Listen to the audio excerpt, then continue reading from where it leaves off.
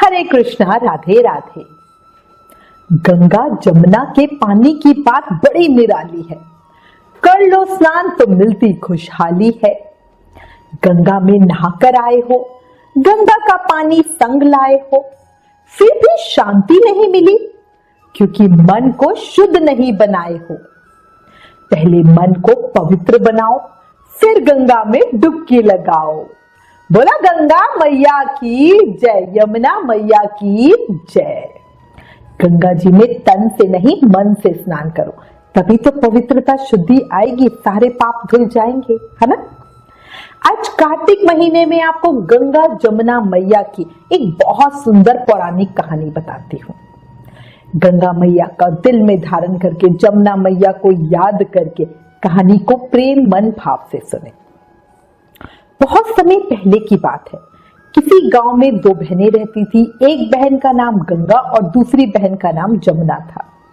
एक बार दोनों बहनें एक साहूकार के खेत से गुजर रही थी, तो जमुना ने 13 दाने वहां पे जो जौ थे उसको तोड़ लिए, जिसे देखकर गंगा मैया बोली, तुम्हें तो दोष लग गया है, तूने चोरी की है। अब ये सुनकर जमुना बोली कि अब मेरा ये दोष कैसे धुलेगा। गंगा मैया ने कहा, तुझे 12 साल तक इस साहूकार के यहाँ नौकरी करनी पड़ेगी, तभी तेरा पाप धुलेगा और तुझे इस दोष से मुक्ति मिलेगी। जमुना साहूकार के यहाँ नौकरी मांगने गई और बोला, मुझे कुछ काम दे दो। साहूकारनी को घर के काम के लिए मदद की जरूरत थी, इसलिए उन्होंने जमुना को काम पे रख लिया। जमुना ने उन्हें कहा कि वो सारे काम करेगी लेकिन 4 काम नहीं करेगी।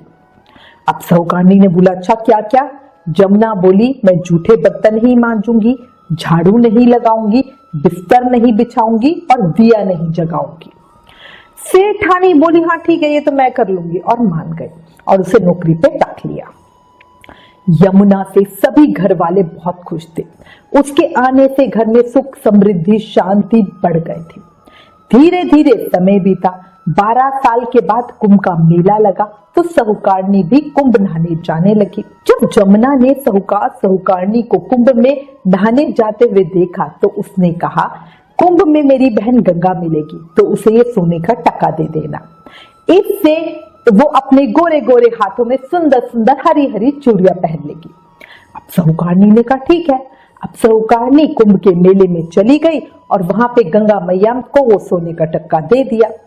गंगा मैया ने उससे टका लेते हुए कहा कि मेरी बहन से कहना उसके 12 वर्ष पूरे हो चुके हैं, अब वो यहाँ वापस आ जाए। साहूकार और साहूकारनी वापस घर आए। तब जमुना मटके में पानी भर रही थी। दोनों जमुना से बोले कि हमने तेरा वो सोने का टका तेरी बहन गंगा को दे दिया था और उसने कहा है कि तेरे 12 वर्ष पूरे हो गए हैं, इसलिए अब तुम वापस आ जाओ। जैसे उसको ये समाचार मिला, जमुना सहस्त्र धारा में बदल गई और वहीं से बहने लगी। जमुना जी का ये रूप देखकर साहूकार और साहूकारनी बड़े हैरान हो गए, परेशान हो गए और सोचने लगे, हमारे घर में तो साक्षात जमुना माता ने काम किया है, अब तो हमें भारी दोष लग गया है, हम ये दोष कैसे उतारेंगे।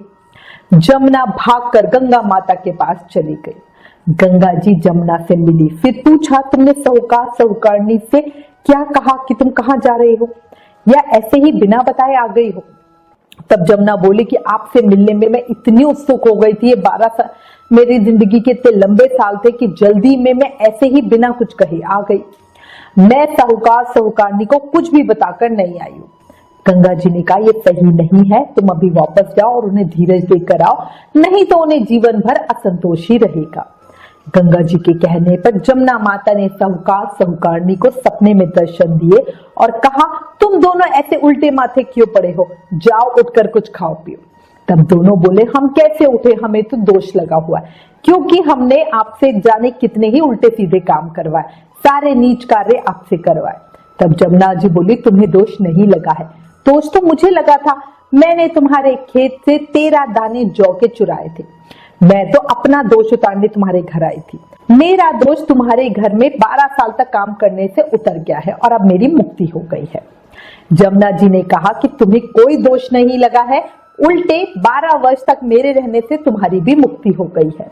और ये कह के जमुना जी स्वप्न से चली गई। दोनों उठकर देखते हैं कि उनके घर में पहले से भी अधिक धन हो गया है और धन वैभव से घर भर गया है। हे यमुना माता, जैसे आपने साहूकार और साहूकारनी की मुक्ति कराई, उन्हें धन वैभव यश दिया, वैसे ही इस कहानी को कहते सुनते हुकारा भरते अपने सभी भक्तों के ऊपर रक्षा करना, उनकी कृपा करना और उनको भी खूब धन वैभव यश देना। बोला गंगा मैया की जय, यमुना मैया की जय, कार्तिक के ठाकुर की जय। धन की वर्षा हो इतनी कि हर जगह आपका नाम हो, दिन रात आपको व्यापार में लाभ हो, यही कामना है हमारी। ये कार्तिक का महीना आपके लिए बहुत खास हो। बोलो कार्तिक के ठाकुर की जय। अगर आपको कार्तिक मास की कहानी पसंद आई हो तो प्लीज इसे ज्यादा से ज्यादा शेयर करें। Please like, share and subscribe. Thank you. Hare Krishna.